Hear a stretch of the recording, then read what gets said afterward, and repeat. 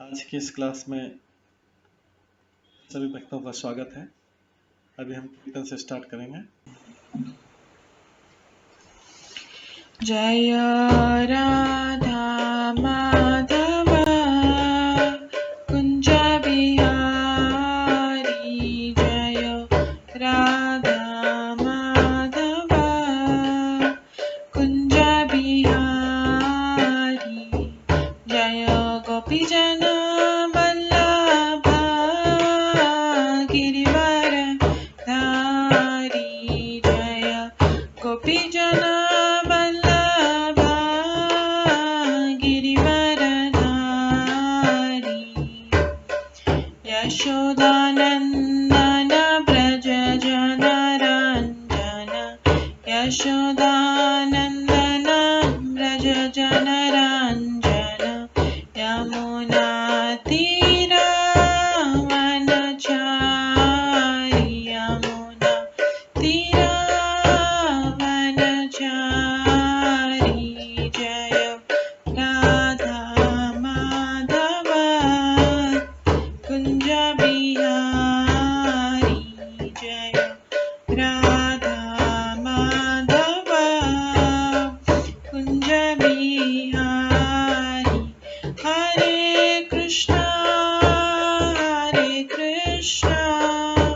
कृष्णा कृष्णा हरे हरे, हरे राम राम राम हरे हरे, हरे कृष्णा कृष्णा कृष्णा हरे हरे, हरे राम राम राम हरे हरे, हरे कृष्णा कृष्णा कृष्णा हरे हरे, हरे राम राम राम हरे हरे, हरे कृष्णा कृष्णा कृष्णा हरे हरे, हरे राम राम राम हरे हरे, हरे कृष्णा कृष्णा कृष्णा हरे हरे, हरे राम राम राम हरे हरे, हरे कृष्णा कृष्णा कृष्णा हरे हरे, हरे राम राम राम हरे हरे, हरे कृष्णा कृष्णा कृष्णा हरे हरे, हरे राम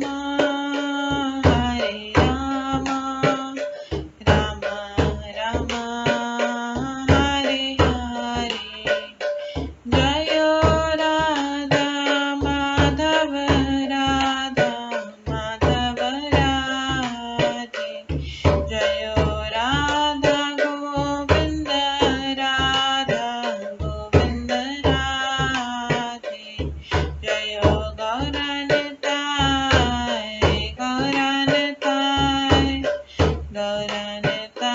जय गौरनताय, जय जय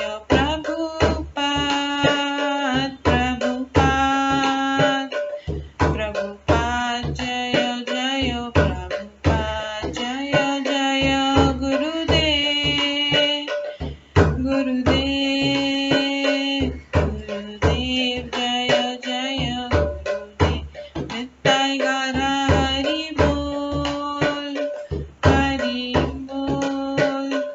हरि बोल नित्य गौर हरि बोल, गौर प्रेमानंदे हरि हरि बोल। हरे कृष्णा। आज की इस क्लास में सभी भक्तों का स्वागत है। अभी मंगलाचरण से स्टार्ट करेंगे। ॐ अज्ञानतिमिरन्धस्य ज्ञानाञ्जनशलाकया चक्षुरुन्मिलितं येन तस्मै श्रीगुरुवे नमः। श्रीचैतन्यमनोभीष्टं स्थापितं येन भूतले स्वयं रूप कदा मह्यं ददाति स्वपदान्तिकम्। वन्देऽहं श्रीगुरो श्रीयुतपदकमलं श्रीगुरुं वैष्णवांश्च श्रीरूपं साग्रजातं सहगण रघुनाथान्वितं तं सजीवं साद्वैतं सावधूतं परिजनसहितं कृष्णचैतन्यदेवं श्रीराधाकृष्णपादान् सहगण ललिता श्रीविशाखान्वितांश्च नमो विष्णुपदाय कृष्णपृष्ठाय भूतले श्रीमते भक्तिवेदांत स्वामिन्निति नामिने। नमस्ते सरस्वती देवे गौरवाणी प्रचारिणे निर्विशेष शून्यवादी पाश्चात्य देशातारिणे वाञ्छाकल्पतरुभ्यश्च कृपा सिन्धुभ्येव च पतितानां पावनेभ्यो वैष्णवेभ्यो नमो नमः। जय श्री कृष्ण चैतन्य प्रभु नित्यानंद श्री अद्वैत गदाधर शिवासादि गौर भक्तवृंद। हरे कृष्णा कृष्णा कृष्णा हरे हरे, हरे राम राम राम हरे हरे। ओम नमो भगवते वासुदेवाय। ओम नमो भगवते वासुदेवाय। ओम नमो भगवते वासुदेवाय। नारायणं नमस्कृत्य नरं चैव नरोत्तमं देवीं सरस्वतीं व्यासं ततो जयमुदीरये। नष्टप्रायेषु भद्रेषु नित्यं भागवत सेवया भगवते उत्तम श्लोके भक्तिर्भवति नैष्ठिकी। कृष्णाय वासुदेवाय देवकी नंदनाय च नन्दगोपकुमाराय गोविन्दाय नमो नमः। सर्ववेदान्तसारमे श्रीभागवतम् इष्यते तद्रसामृतात् नान्यत्र स्याद्रति क्वचित्। आराध्यो भगवान् ब्रजेश तनयस्तनुधाम वृन्दावन रम्या काचिदुपासना ब्रजवधूवर्गेण या कल्पिता। श्रीमद्भागवतं प्रमाणम् अमलं प्रेम कुमार्तमः श्रीचैतन्य महाप्रभुमतम् इदं तत्रादरो न परम्। मूकं करोति वाचालं पङ्गुलङ्घयते गिरिं यत्कृपातमहं वन्दे परमानन्दमाधवम्। हरे कृष्णा।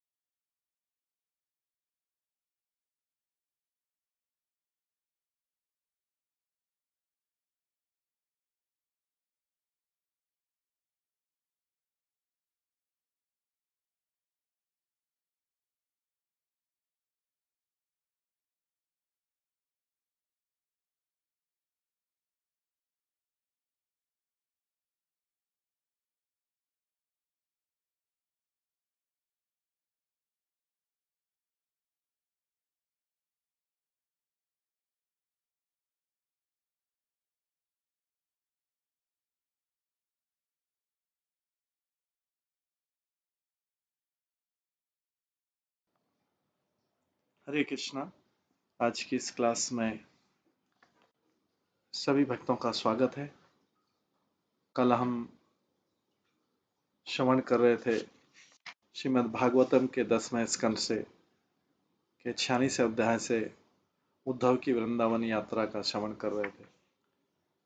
आज उसी के आगे हम भ्रमर गीत का श्रवण करेंगे। भ्रमर गीत जो गोपियों ने उद्धव के सामने गाया था,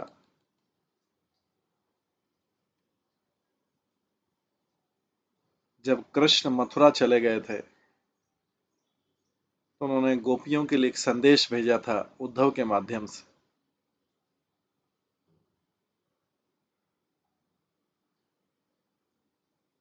और उद्धव पहले नंद यशोदा से मिले, उसके पश्चात गोपियां उनको एकांत स्थान में ले गई और सब उनको घेर के खड़ी हो गई और उद्धव को अपनी व्यथा सुनाई कि कृष्ण के विरह में उनकी क्या स्थिति है। जब उद्धव और गोपियां परस्पर बात कर रहे थे, इसी बीच एक भ्रमर कहीं से उड़ता हुआ आ गया। कृष्ण श्याम रंग के हैं, गहरे श्याम रंग के। उद्धव भी दिखने में वैसे ही कृष्ण जैसे। इसमें यहां पर काले मेंशन किया गया है, एक गहरा श्याम। और भौरा भी जो है वो भी काले कलर का, ब्लैक कलर का।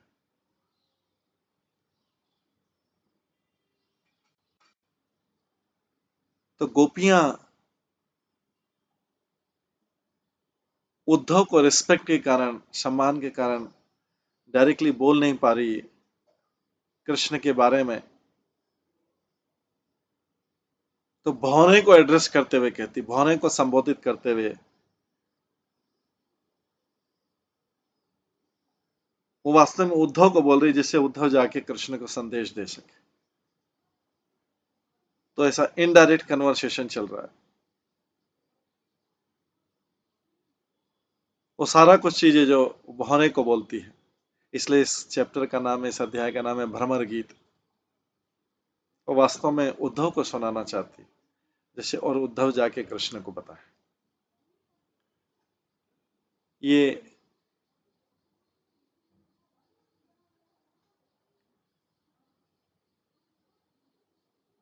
जो गीत है, भ्रमर गीत है, जब सारी गोपियां, सारी वृंदावन की सारी गोपियां इकट्ठी हो जाती है, तो अपना अलग अलग अलग अलग श्लोक में उनका भाव व्यक्त कर रही हैं।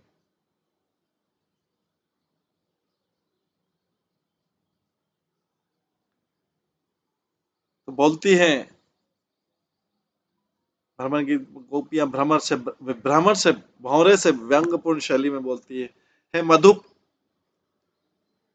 मधुप कृष्ण का भी नाम है। भौरा भी फूलों का रस पीता है, मधु पीता है। उद्धव भी मधु जैसे लग रहे, तो कहा, गोपियां भ्रमर से व्यंग्यपूर्ण शैली में पूछती है, मधुप कहां से आए हो। बीच में जब उनकी वार्तालाप के बीच में उद्धव और उनके बीच जो कन्वर्सेशन चलता, उसमें भौरा आ गया। हम अनुमान लगाकर तो ये कह सकते हैं कि तुम्हें यदुनाथ कृष्ण ने भेजा है। हम अनुमान लगा सकते हैं क्योंकि तुम्हारे वस्त्र भी वैसे ही हैं, वैसे ही सुंदर काला शरीर है, वैसे ही आभूषण सजाकर धारण किए हुए। वे श्याम वे श्याम तो हमारा सर्वस्व तो हरण करके ले गए, अब और क्या हरण करने आए हैं।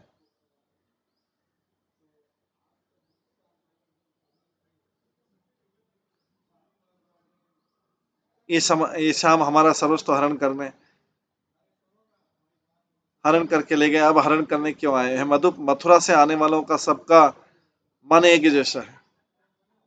एक अक्रूर जी थे जो हमारे कृष्ण को चुरा कर ले गए, एक कृष्ण थे जो हमारे मन को चुरा कर ले गए। अक्रूर जी कृष्ण को चुरा कर ले गए, कृष्ण हमारे मन को चुरा कर ले गए, अब तुम आए हो। ये सब मथुरा से आने वाले सब एक जैसे ही, पर अब हम तुम्हें मन कैसे दे दे। हे मधु भंवरे को बोल रही, ये तुम्हारा कौन सा सयानापन है जिसके कारण तुम फिर से ब्रज उठकर दौड़े आए हो? अब क्या लेने आए हो? अक्रूर कृष्ण को तो ले गए और कृष्ण मन ले गए, अब तुम तीसरे आए हो।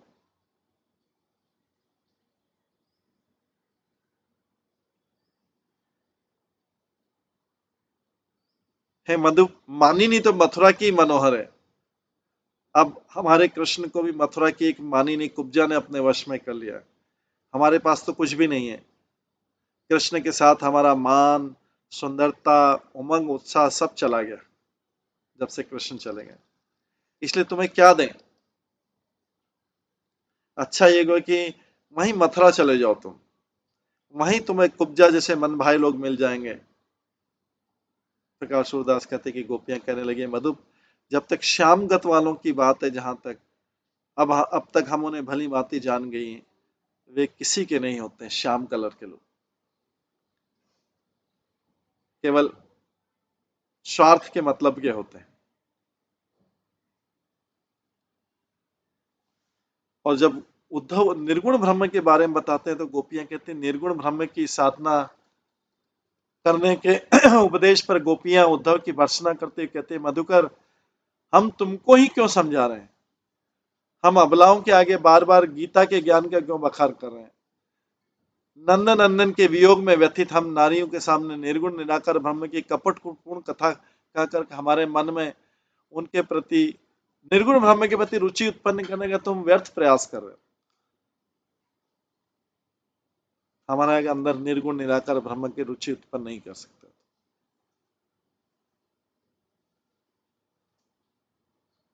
एक चंदन होता है जो शरीर की तपन रूपी भूख को समाप्त करता है, यदि उसे त्याग दिया जाए तो हम कैसे सुख पा सकते हैं? जिस प्रकार शरीर की तपन शांत करने के लिए चंदन का लेप आवश्यक है, उसी प्रकार हमारी विरह व्यथा को दूर करने के लिए श्याम सुंदर को मिलना अनिवार्य है। तुम तो चतुर कहे जाते हो, स्वयं ही अपने मन में इस बात का विचार बतलाओ कि तुम स्वयं तो, भौरे से बोल रही, तुम स्वयं तो सभी फूलों पर घूम घूम कर रसपान करके उन फूलों को नीरस करके छोड़ देते हो, फिर कमल से क्यों बंध जाते हो? तो भौरा आता है जगह जगह, लेकिन जाके फाइनली जाके कमल पे ही विश्राम करता है। फाइनली जाके वो कमल पे ही विश्राम करता है। तो गोपियां उनसे पूछ रही, तुम जगह जगह का रस पी के फिर कमल पे क्यों आ जाते हो? क्यों नहीं अन्य पुष्पों के समान कमल का रस चूस कर उसे नीरस कर छोड़कर उड़ क्यों नहीं जाते? तुम्हारे समान हमें भी वही कमल अच्छा लगता है। कौन सा कमल? जिनके चरण कमल हैं, जिनके चरण कमल के समान है, जिनके हाथ कमल के समान है, जिनके नेत्र कमल के समान है, हमें भी वही कमल अच्छा लगता है। और जिनके मुख की छवि भी कमल के समान है, मुख कमल, नेत्र कमल, कर कमल, चरण कमल, हमें भी वही अच्छा लगता है। जैसे तुम जाके कमल पे निवास कर जाते हो सारे फूलों का रस पी के, पीने के बाद में, उसी प्रकार से जो है हम भी उसी कमल में विश्राम करना चाहते हैं। हमारा मन भी उसी कमल, जिसके सब कुछ कमल जैसे। गोपियां कहते हैं, मधुकर भौरे से बोलती है, क्योंकि उद्धव भी सामने बैठे थे। उद्धव उनको निर्गुण निराकार ब्रह्म का ज्ञान सिखाने आए थे, तो इनडायरेक्टली उद्धव को ही टॉन्ट कर रही हूँ, व्यंग कर रही हूँ। हे मधुकर, तुम अपने फूलों का रस जीने में मस्त रहो, हमारे तो सगुण ब्रह्म स्वरूप वे कान्हा ही चिरंजीवी हैं। तुम स्वयं फूलों के पीत पराग की कीचड़ में से लोटपोट होते रहो कि अपने अंगों तक सुधी न रहे। अधिक मधु पीकर भंवरे से बोल रही, तुम ऐसे सरंग जाते कि बारंबार रस विरुद्ध बातें करते हो। तुम स्वयं रस भोगी और फूल फूल का रस लेते रहते हो, फिर भी तुम हम ग्वालिनों को समझा रहे हो जैसे फूल पर जितने भी काले भावरे आते हैं, फूल सबको अपना रस लुटाते रहते हैं। क्या हम भी ऐसा करेंगे? अरे अज्ञानी, हमने तो एक कृष्ण को मन दे दिया है और अब किसी और को मन देने का प्रश्न ही नहीं उठता। हम एकनिष्ठ गोपियों के लिए तो सुंदर मुख वाले कमल के समान वे ग्वाले, माँ यशोदा और नंद के दुलारे कृष्ण ही सर्वस्व हैं। सूरदास कहते हैं, उन्हीं को हमने अपना तन मन, गोपियों की तरफ से बोल रहे हैं, गोपियां बोल रही हैं, सुदास उनकी तरफ से बोल रहे हैं, उन्हीं को हमने अपना तन मन अर्पित कर दिया है, अब किसी को अर्पित करने के लिए तन मन किससे उधार दें।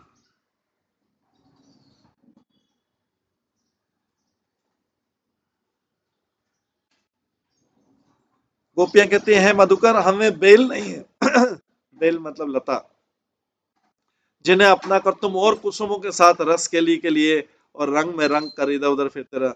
हम वे बेले हैं, वे लताएं हैं जो बचपन से ही प्रेम के श्रेष्ठ जल से सींची गई है, जिन्हें प्रिय ने, मतलब कृष्ण ने, जिन्हें प्रिय ने अपने हाथों से पाला पोसा है।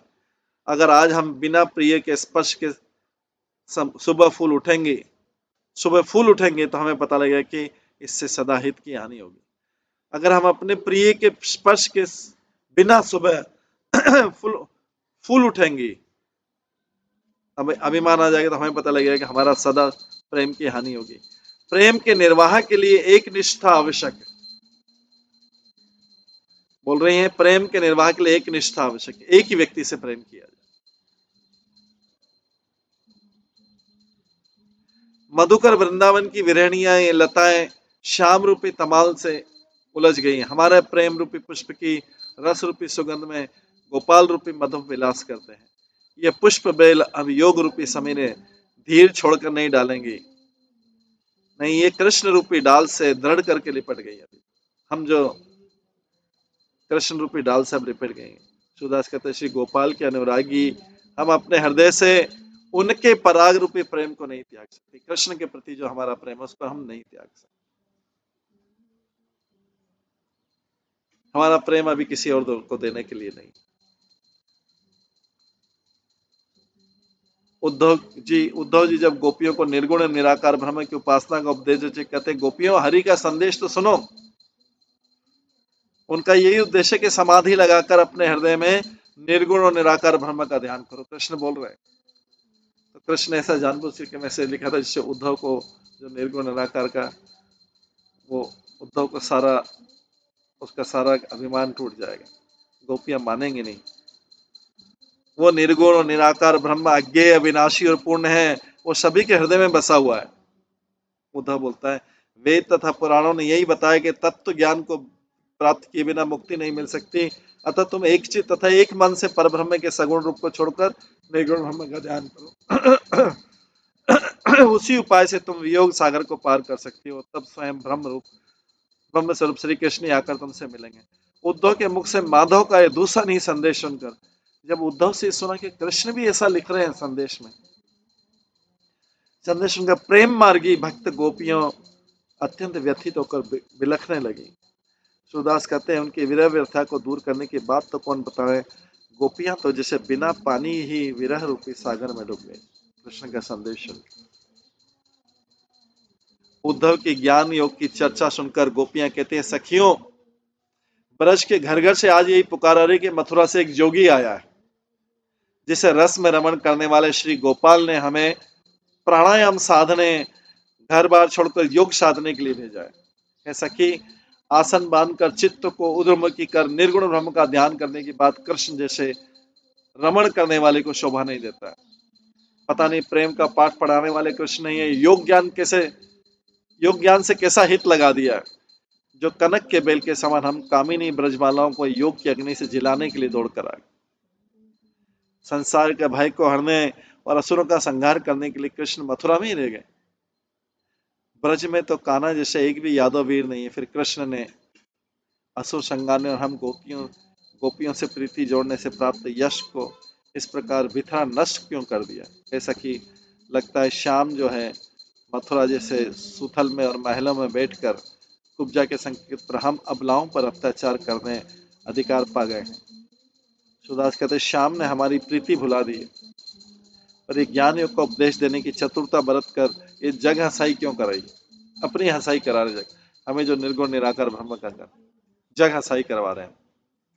हमारी प्रीति भूल गए तो कोई बात नहीं, कृष्ण मथुरा में बैठे हमारी प्रीति भूल गए कोई बात नहीं, लेकिन कम से कम ये जग हंसाई वाला निर्गुण निराकार ब्रह्म का उपदेश तो उद्धव के हाथ नहीं भेजते। सखिया कहते हैं सखियों, दूसरी सखी, जाओ सुनो तो सही, ये उद्धव हमारे कल्याण के लिए बहुत ही सुंदर मत लेने आए, देखो देखो देखो, सब ये निर्गुण निराकार का लेके आए। सब सखी हंसने लगे उद्धव, और इनके इस उपदेश को सुनो और सुयश का टीका अपने भाल पर लगा लो। ये वस्त्र और आभूषण त्याग देने की बात करते हैं और घर और पुत्र प्रेम का मोह छोड़ देने की शिक्षा दे रहे हैं। कोमल अंगों में भस्म लगाकर सिर पर जटाजूट धारण करने, रस ही निर्गुण ब्रह्म को सिखा रहे हैं हमें। ऐसा कि मेरे ख्याल में ये युवतियों को उस प्रिय से, कृष्ण से अलग करके वियोग का दुख देते फिर रहे। युवतियों के शाप के कारण तो इनका काला शरीर काला हो गया। गोपियां बोलती उद्धव के सामने, क्योंकि वो भी श्याम रंग, लेकिन अभी भी इनके हृदय में जरा सा भी भय नहीं है कि विरही युवतियों के शाप से तन तो काला पड़ गया है, अगर उन्होंने और शाप दे दिया तो क्या हाल होगा। गोपियां बोलते ऐसा कि जिस व्यक्ति की जैसी प्रकृति होती है उसी प्रकार सोचता, ये भली या बुरी बात ही नहीं है सोचता। जैसे दुष्ट प्रकृति के सांप को कितना भी अमृत रस चखाओ पर उसका मुख अमृत का नहीं होता, उसी प्रकार विषयुक्त बना रहता है वो सर्प, और अवसर लगते ही डस लेता है।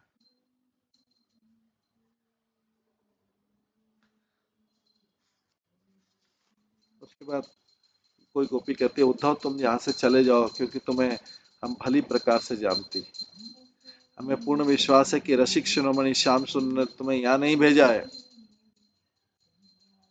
बल्कि तुम बीच में अपना मार्ग भूलकर यहाँ पर चले आए हो। अभी गोपियां बोलते हैं, हमें लगता ही नहीं कि तुमको कृष्ण ने भेजा, तुम तो अपना मार्ग कहीं और जाने वाले थे, यहाँ चले आए हो।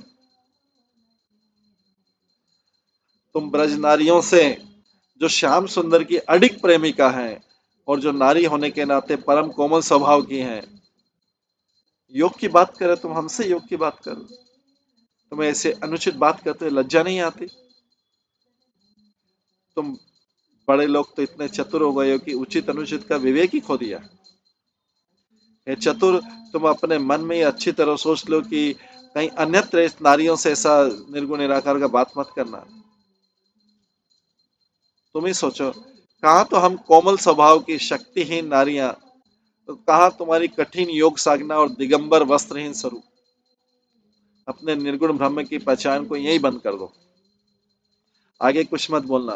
पर उद्धव सच सच कहना, तुम्हें अपनी सौगंध जो झूठ का, हम केवल अपने निदान के लिए तुमसे सहज भाव से पूछ रहे हैं कि जब श्याम सुंदर जी ने तुम्हें यहाँ भेजा था तो क्या वे तनिक भी मुस्कुराए थे?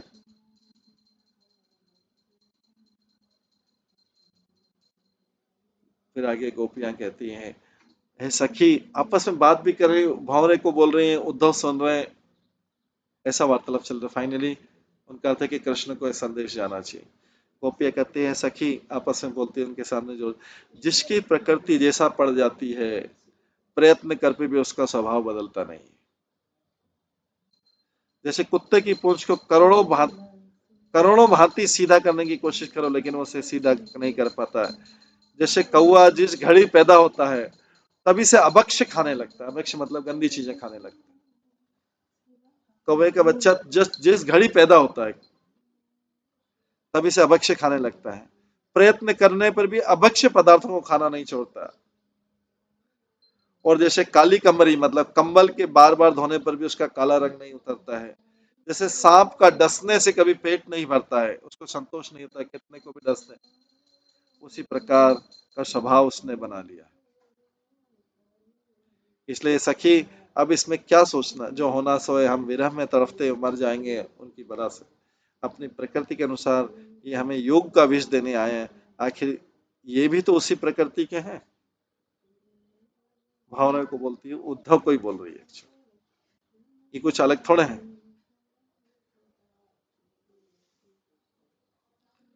कोई गोपी उद्धव जी के ज्ञान मार्ग का उपहास करती कहती, उद्धव तुम्हारी बात हमारी समझ में ही नहीं आती।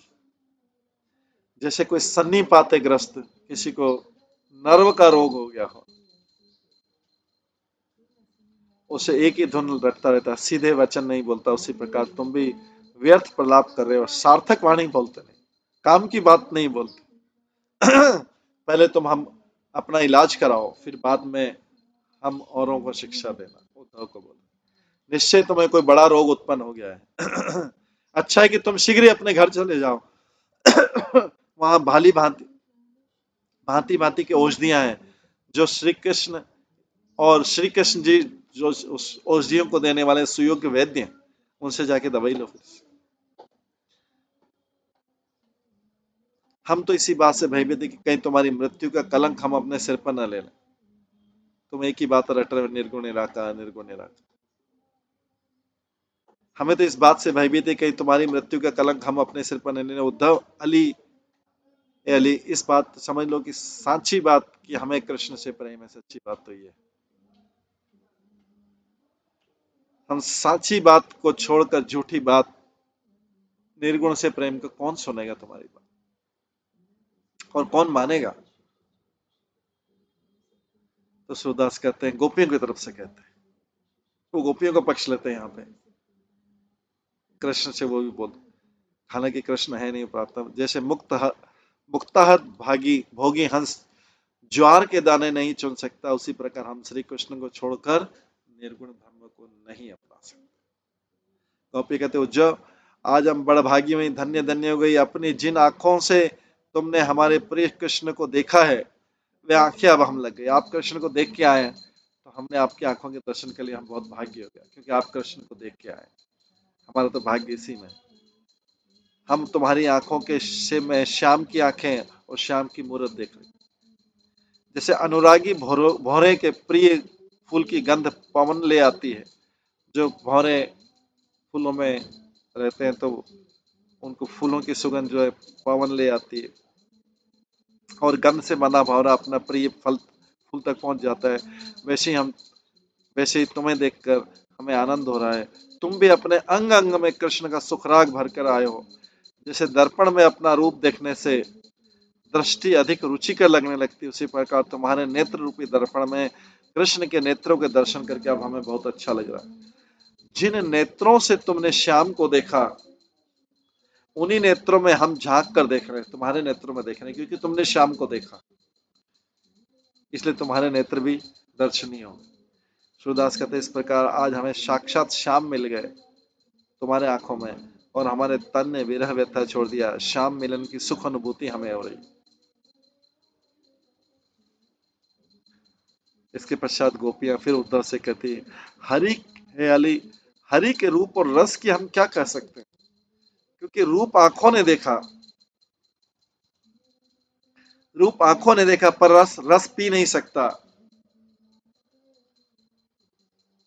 आंखें, रूप आंखों ने देखा पर आंखें रस पी नहीं सकती, और रस वाणी ने चखा पर वाणी देख नहीं सकती। इसलिए न रूप के रस को सह सकती हैं और न रस के रूप को कह सकती, क्योंकि हमारी तन में विधि ने अनेक प्रकार के भेद बना दिए। आंखों से रस मिलता लेकिन पी नहीं सकते, और वाणी से जो रस मिलता है उसको देख नहीं सकते। हमारे तन में विविध प्रकार के भेद बना दिए। न रसना नैनों की जीवा नैनों की दशा नहीं जानती, और नैन जीवा की दशा नहीं जानती।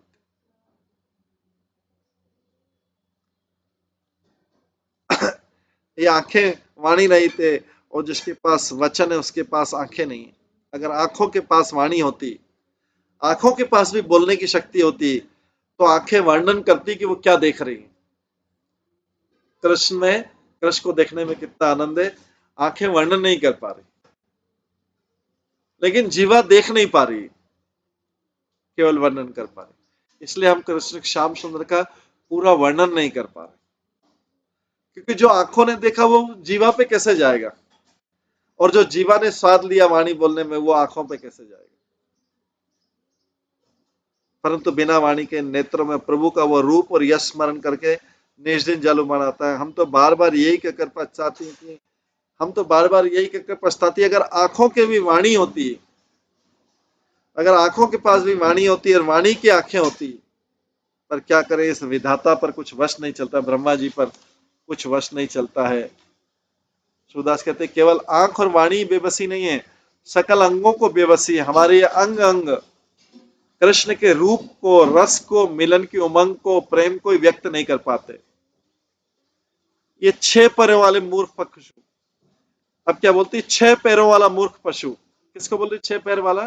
ये भ्रमर जो है, भौरा 6 पैरों वाला होता है।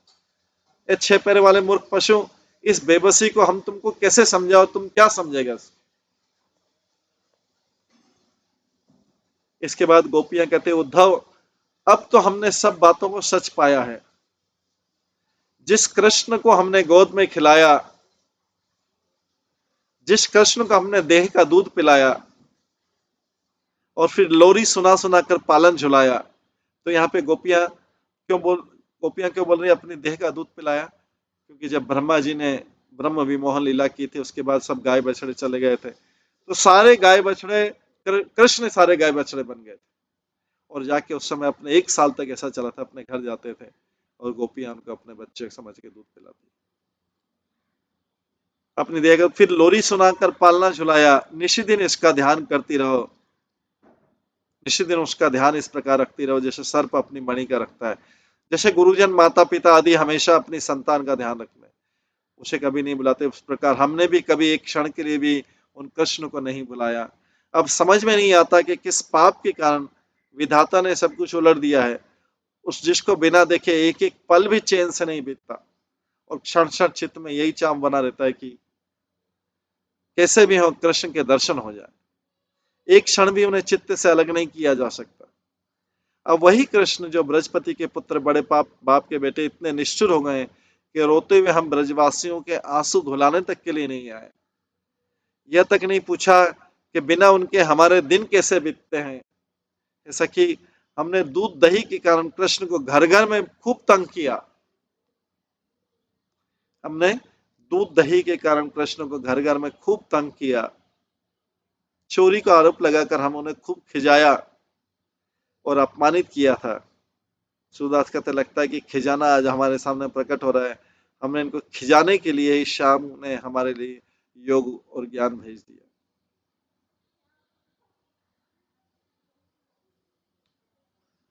गोपियां उद्धव से अपनी व्यथा करते कहते हैं, मधुकर, हरि के बिछोड़ने पर हमने जितने दुख सहे और विरह के जितने घाव सहे, आज उसकी व्यथा कथा किससे कहकर सुनाए? कौन सुनने वाला है?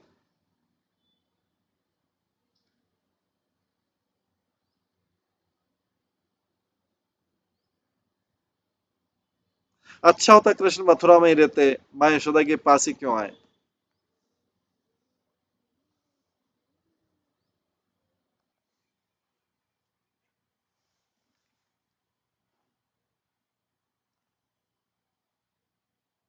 गोपियां उद्धव से अपनी व्यथा सुनाती हुई कहती हैं, हमने हरि के बिछोड़ने पर हमने जितने दुख सहे और विरह के जितने घाव सहे, आज उसकी व्यथा किससे कहें? कौन सुनने वाला है? अच्छा होता कृष्ण मथुरा में ही रह जाते और पालन पोषण हेतु माँ यशोदा के पास ही क्यों आ गए? वो देवकी के पास ही रह जाते।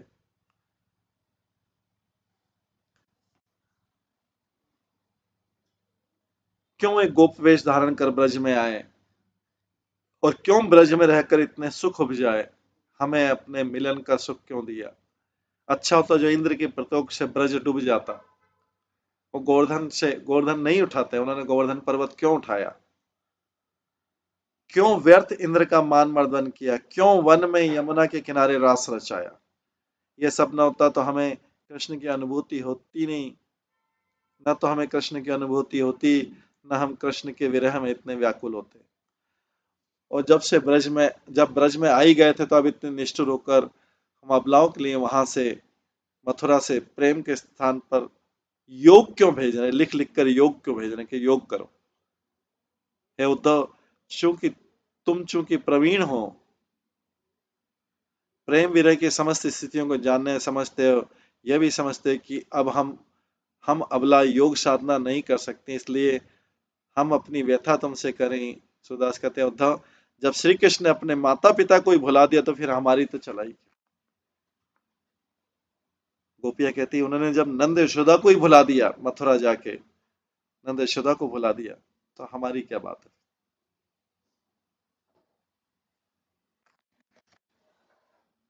उद्धव गोपियों को समझाते कहते, गोपियों, हे गोपियों, जानबूझकर भी बावरी मत बनाओ। उद्धव फिर से समझाने का प्रयास करते हैं, तत्व निर्गुण ब्रह्म के भजने से तुम भी इसी प्रकार तत्वमय हो जाओगी, जैसे पारस के स्पर्श से लोहा सोना हो जाता है।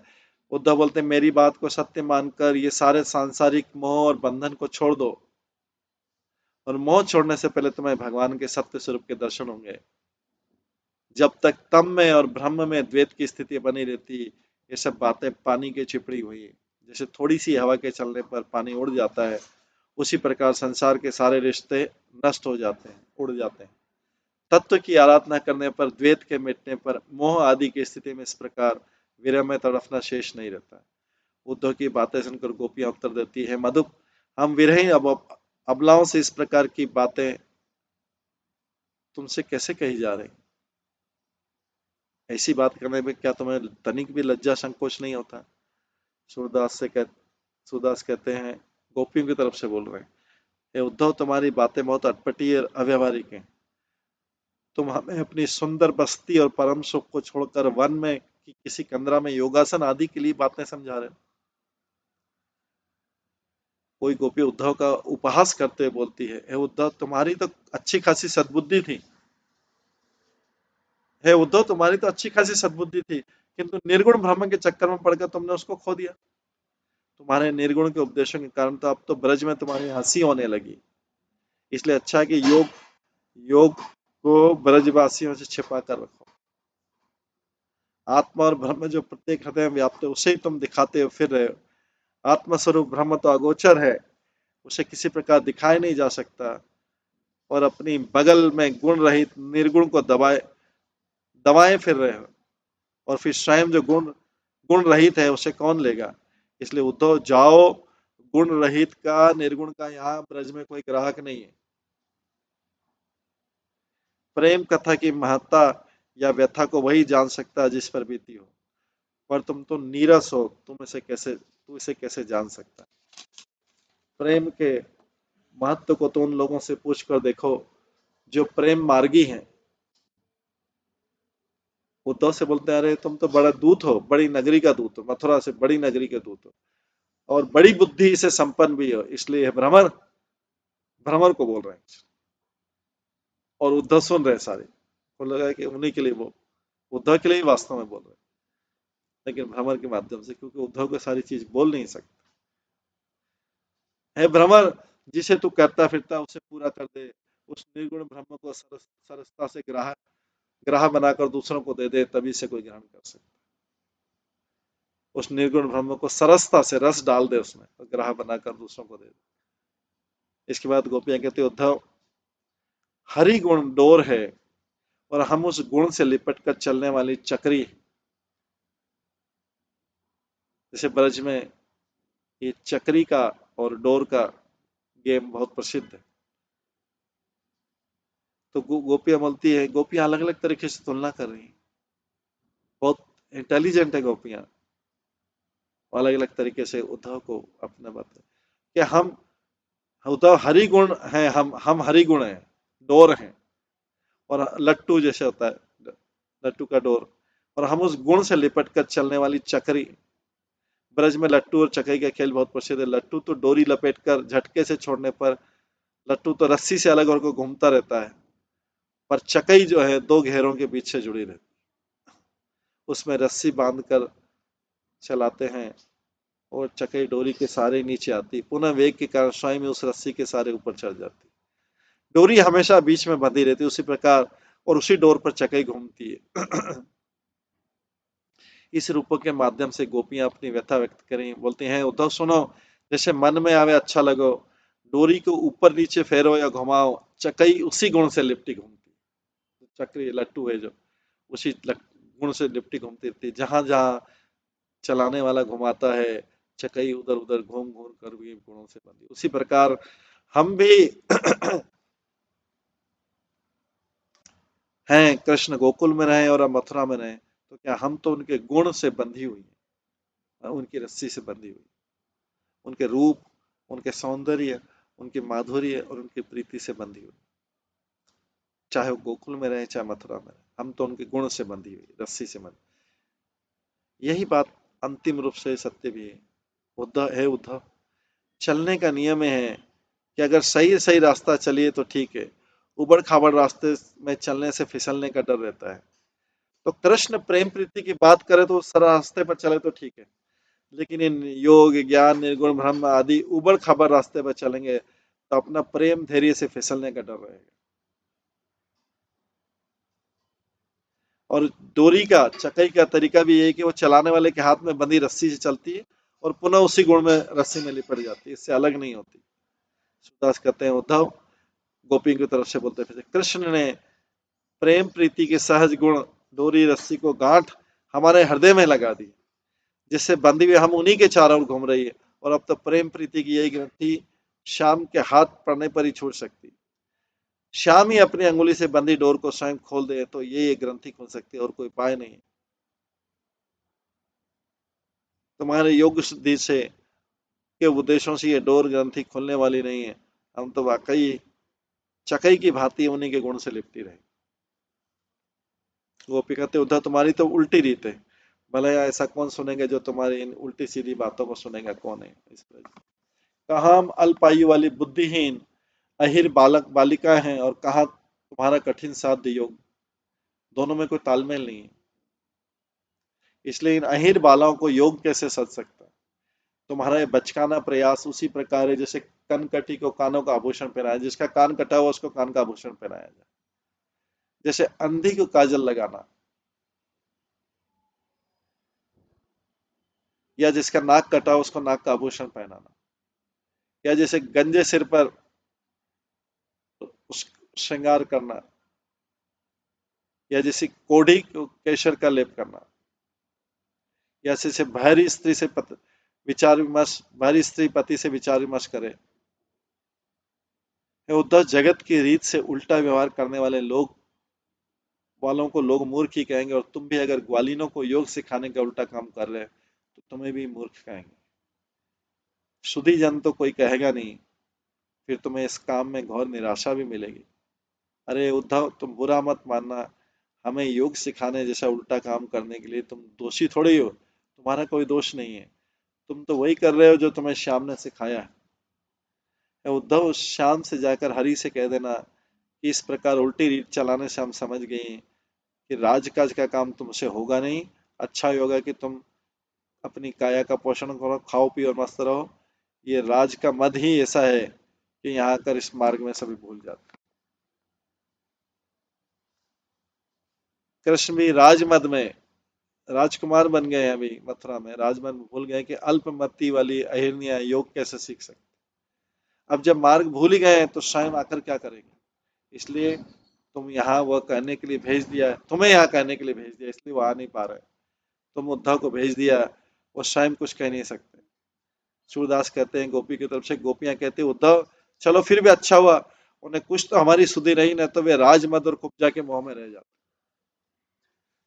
तो गोपी यहाँ पर जानबूझ के कुब्जा का नाम लेती, अपना क्रोध प्रदर्शित करने। क्योंकि कुब्जा को भगवान, बूढ़ी कुबड़ी कुब्जा थी, उसको उसको उन्होंने वो चंदन का लेप करने के बाद उसको सीधा कर दिया था, सुंदर स्त्री बन गई।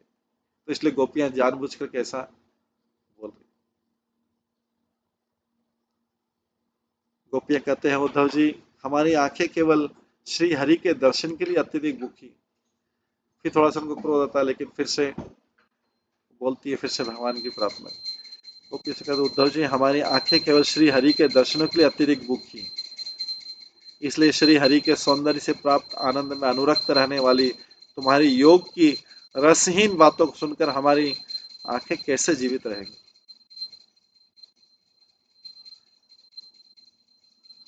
समय सीमा को गिनते हुए तथा अपलक दृष्टि से हम उनका ही मार्ग देखते रहते हैं। ये अभी तक आंखें इतनी थकी नहीं थी, हम मथुरा की तरफ देखते रहते थे कि मथुरा से आएंगे आएंगे आएंगे। तो अभी तक हमारी आंखें थकी नहीं, उतनी नहीं थकी जितनी अभी तुम्हारी योग का उपदेश देखे के वो निर्गुण निराकार योग का उपदेश देखे हमारी आंखें दुखी हो रही। ये उद्धव जी हमें तो यहाँ लाकर श्री कृष्ण का एक बार वो मुख दिखवा दो खाली बस, जिससे वो गायों का दूध दोनों में धोकर पीते थे। हम तो श्री हरि के बिना सूखी नदी के समान है, अतः इस नदी में क्या हठपूर्वक नाव चलाने का प्रयत्न कर रहे हो? तो उद्धव के ऊपर कमेंट करते हैं, सूखी नदी में नाव चलाने का प्रयत्न कर रहे हो। हमको निर्गुण निराकार का उपदेश दे रहे हैं। हमें तो केवल हरि का एक बार मुख दिखला दो, जिस मुख से वो गायों का दूध धोकर सीधे पीते थे हाथों से। आगे बोलते हैं, आखियां हरि दर्शन की प्यासी, देखियो चाहती कमल नयन को, निश दिन रही तो उदासी। आए ऊंचे आए उदो फिर गए आंगन, डारी गए घर फांसी, केसरी तिलक बहुत मोतिनी की माला, वृंदावन के बासी। काहू के मन को जानत, लोगनी के मन हासी, सूरदास प्रभु तुम्हारे दर्श को, करवट ले हैं कासी। गोपियां परस्पर अपनी व्यथा प्रकट करते हुए कहती हैं, सखी हमारे आंखें तो हरि के दर्शनों की प्यासी, ये तो बस कमल के समान नेत्र वाले कृष्ण को देखना चाहती हैं। संसार के अन्य झमेलों से, आकर्षण से नितांत उदासी बनी रहती, हमें कोई मतलब नहीं संसार के, संसार के आकर्षण से तो उदासी बनी रहती।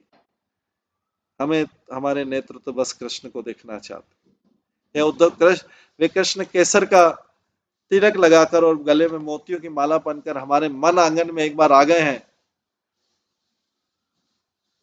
आ तो गए थे हमारे मन में आंगन में केसर लगा के, मतलब पीतांबर वस्त्र पहने हुए, पर आंगन से ही लौट गए, हृदय के भीतर तक नहीं गए। और हम वृंदावन के वासियों के गले में विरह की फांसी डाल गए, उनसे विरह की फांसी। किसी के मन की व्यथा को कोई नहीं जानता, लोग तो बस हंसी उड़ाने के लिए हैं। सूरदास कहते हैं, प्रभु तुम्हारे दर्शनों के लिए तुम, सूरदास कहते हैं, गोपियों की तरफ से कहते हैं, हे प्रभु तुम्हारे, ऐसा लगता है सूरदास भी गोपी भाव में, सूरदास गोपियों की तरफ कहते हैं, हे प्रभु तुम्हारे दर्शन के लिए मैं काशी करवट भी ले लूंगी। काशी करवट मत लेना होता है प्राणांत, मुक्ति को प्राप्त करना, काशी में जाके करवट लेना, क्योंकि लोग जो मुक्ति पाने के लिए वो काशी में जाते हैं। जिन लोगों को मुक्ति की कामना है वो काशी में जाते हैं। तो गोपियां, सूरदास बोल रहे हैं गोपी की तरफ से, तुम्हारे दर्शन के लिए मैं काशी करवट मतलब प्राणांत भी ले लूंगी, चाहे मरने के बाद ही आप मिलो, तुम्हारे दर्शन तो मिलेंगे। इस प्रकार से अलग अलग तरीके से प्रार्थना कर, ये गोपियां उद्धव संवाद चल रहा है। गोपियां उद्धव से कहती है, उद्धव जब से हमने भगवान श्री कृष्ण का सुंदर मुख देखा है, उस दिन से हमारा मन उसी में अटक गया है, तनिक भी सुलझा नहीं है। कृष्ण से प्रीति का हमने माता पिता पति भाई और सभी स्नेही सुजनों का कहना भी सिर पर धारण नहीं किया। गोपियां कहती कि कृष्ण से प्रीति करने का हमने माता पिता पति भाई और सभी स्नेही सुजनों का भी सिर धारण नहीं किया, बस उनके सुंदर मुख को देखते देखते लोकलाज भी अब नहीं रही, दीवानी होकर उनके हम आगे पीछे घूमती रही। लेकिन आज कृष्ण का रूप और व्यवहार देखकर दूसरा क्रोध ने मेरा सारा उत्साह उमंग फीका कर डाला। अब तक जो हुआ है और आगे भी जो होगा वो कर्मवश, ऐसा सोचकर मैंने सब चिंताओं का निवारण कर लिया कि हमारे कर्मों का ही फल है कि अब कृष्ण से विरह हो गया। सूरदास कहते हैं, उद्धव अब जब मैं कृष्ण की दासी हो ही गई हूं तो क्या सोचना विचारना, अब तो अच्छा हो तो भी ठीक है, बुरा हो तो भी ठीक है, दासी हूं, जैसे भी रखेंगे उसी हाल में रहूंगी।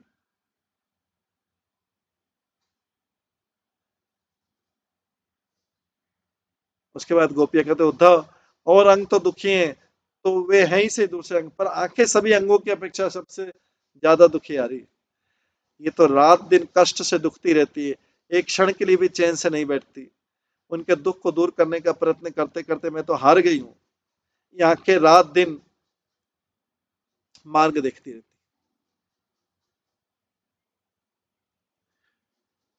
कृष्ण के लौट आने की प्रतीक्षा में राह जोती रहती, मथुरा का रास्ता ही देखती रहती, एक क्षण के लिए भी पलके नहीं झपकती। विरह में इतने अधिक आकुलों के बिना कृष्ण के दर्शन के रात दिन मग जोते जोते विरह बयारिश में मर गई हूँ। इसलिए रात दिन उघारी उघारी मतलब खुली रहती, पलक ही नहीं झपकती है। अली विरह के कारण ये आंखें घायल हैं, अब तुम्हारे ज्ञान रूपी तेज सलाखों को ये बेचारी आंखें कैसे सह सकती, वैसी आंखें दुखियारी है, आंखें घायल है, ऊपर से तुम ये आंखों में शरीर डालने का काम कर रहे हो, निर्गुण निराकार ब्रह्म को बता। अब तुम्हारे ज्ञान रूपी तेज सलाखों को बेचारी आंखें कैसे कहें सह सकती। सूरदास कहते हैं उद्धव, श्री कृष्ण के रूप रस को मनवारी अंजन कर, मतलब श्री कृष्ण के रूप रस का मनवारी अंजन काजल जो है आज कर तुम्हारी, तुम हमारी पीड़ा को क्यों हर रहे हो, तुम पीड़ा को हर क्यों नहीं लेते। आपके रूप रस का काजल लगा के हमारी आंखों की पीड़ा खत्म हो जाएगी।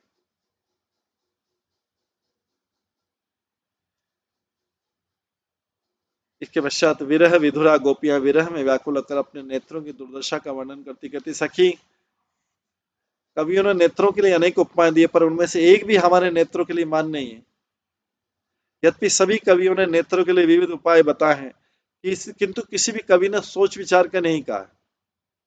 हमारे नेत्रों का तो इलाज हो नहीं पा रहा है कवियों के कहने से। कवि ने नेत्रों को चकोर कहा है, जो चंद्रमा को देखे बिना जीवित नहीं रहता, किंतु हमारे श्री हरि के मुख चंद्र को देखे बिना हमारी आंखें तो जीवित है। भ्रमर भी हमारे लिए उपयुक्त उपमा नहीं, क्योंकि भ्रमर होते हुए भी उड़कर नहीं जाते। हरिमुक्ति रूपी कमल कोश के बिछुड़ने पर ये नेत्र उन्हीं की आशा में बैठे हैं। भले नेत्र रूपी भ्रमर व्यर्थ क्यों उनकी आशा में ठहरे हुए हैं। हमारे नेत्रों को मृग भी नहीं कहा जा सकता, क्योंकि मृग तो शेर को देखकर भागकर सघन श्यामल वन में जा छुपते हैं, जहां उन्हें शिकारी के प्रहार की कोई चिंता नहीं रहती। किंतु हमारे नेत्र तो उद्धव रूपी व्याध, उद्धव को अभी शेर बोल रही, उद्धव रूपी व्याध के आ जाने पर भी हमारे नेत्र रूपी मृग भागकर श्याम सुंदर रूपी सघन वन का आश्रय नहीं देते, जहां भी कोई आघात नहीं कर सकता। ये नेत्र मन को सुख देने वाले खंजन पक्षी भी नहीं है, क्योंकि कभी अकुलाते नहीं है और ऐसी चपलहीन होकर बैठे के रहते हैं। पंख पसार कर कभी चंचल भी नहीं होते ये, क्योंकि उससे भी नहीं तुलना की जा सकती। न कभी प्रभु से मुलाकात के लिए उड़कर कहीं चले जाते हैं, फिर भला हम अपने नेत्रों को खंजन पक्षी भी कैसे कह सकते हैं। ऐसे कि हमारे नेत्रों को चकोर भ्रमर मृग खंजन आदि के रूप में प्रभु से कोई प्रेम नहीं है हमारे नेत्रों को। ये तो व्यर्थ ही शरीर के साथ जुड़े हुए हैं, क्योंकि इनके नाम और काम में भेद है। सुदास कहते हैं, हाँ मीनता तो इन नेत्रों पर कुछ सार्थक उपमा है। मछली के समान ये नेत्र भी निरंतर आंसू में डूबे रहते हैं, इन्हें कभी छोड़ते भी नहीं है। अर्थात हमारी आंखें कृष्ण के विरह में निरंतर जलपूर्ण रहती है, इसलिए इन्हें मीन सार्थक नाम है, मछली के समान ये हमारे नेत्र। जैसे मछली सदा पानी में रहती है, इसलिए हमारे आंखों में सदा आंसू रहते, और जैसे मछली पानी को कभी नहीं छोड़ती, इसलिए आंखें आंसुओं में डूबी रहती। इस प्रकार से आगे बोलते हैं, उदो अखियां तीन अनुरागी, हमारी आंखें तो बहुत अनुरागी हैं, वे खेल कृष्ण के मार्ग को ही देखती रहती कि मथुरा से कब आए। इस प्रकार से गोपियां ये गीत गा रही हैं, भ्रमर गीत के नाम पे गा रही हैं। इसी के आगे और अलग अलग तरीके से जितना उनका बुद्धि चलती है, सारी बुद्धि से वो कृष्ण के लिए बार बार कृष्ण के लिए गा रही हैं, बोल रही हैं, उद्धव से बात। तो आज इसको हम यहीं पे विराम देते हैं। इसके आगे का जो है हम कल की क्लास में श्रवण करेंगे। आज की क्लास के यहीं पे विराम देते हैं। सभी भक्तों का बहुत बहुत धन्यवाद। सब भक्तों के लिए एक बार हरे कृष्ण महामंत्र का जप करते हैं।